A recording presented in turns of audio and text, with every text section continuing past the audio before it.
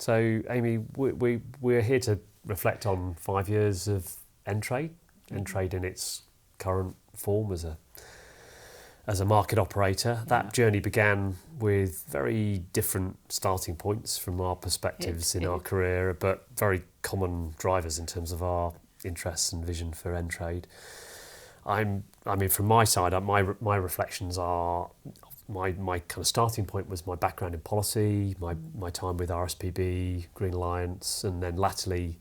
working as an executive, as a Chief Operating Officer at Natural England. My experience of rolling out agri-environment under the European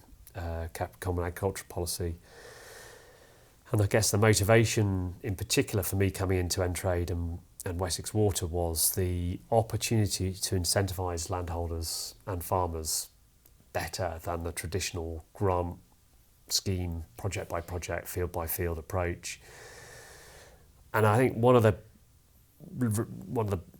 reflections I'd have on one of the watershed moments early in the days of working out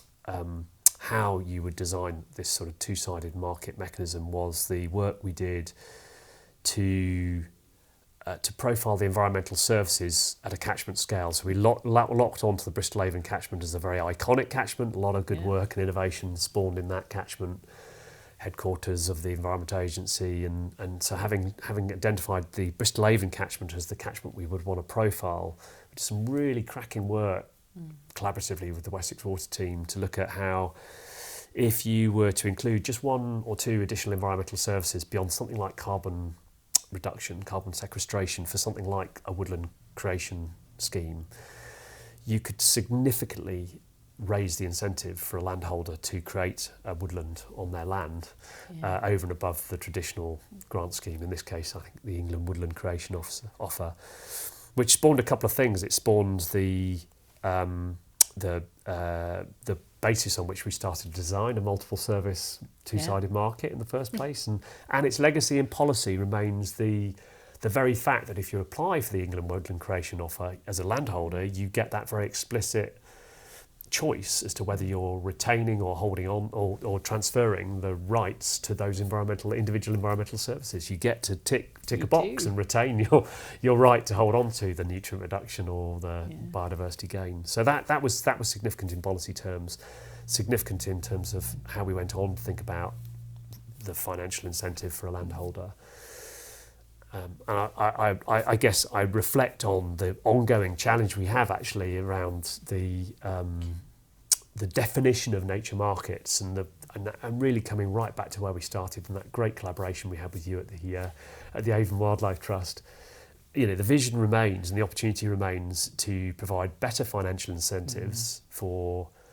farmers and landholders to conserve and restore nature on their land.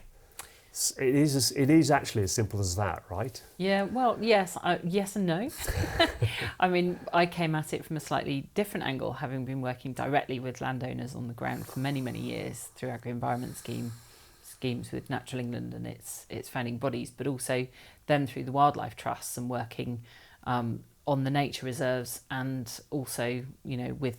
landowners and with partnerships as well, because that great piece of work that you've just described, that involved the West of England Nature Partnership in some of those early discussions, and they'd done some fantastic work on natural capital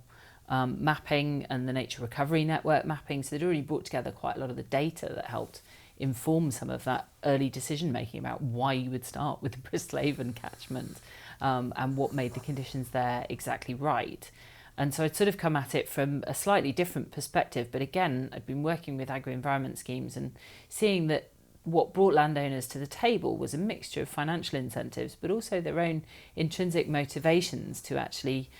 leave the land in a better state for future generations and to look after their own natural capital on which food production ultimately relies.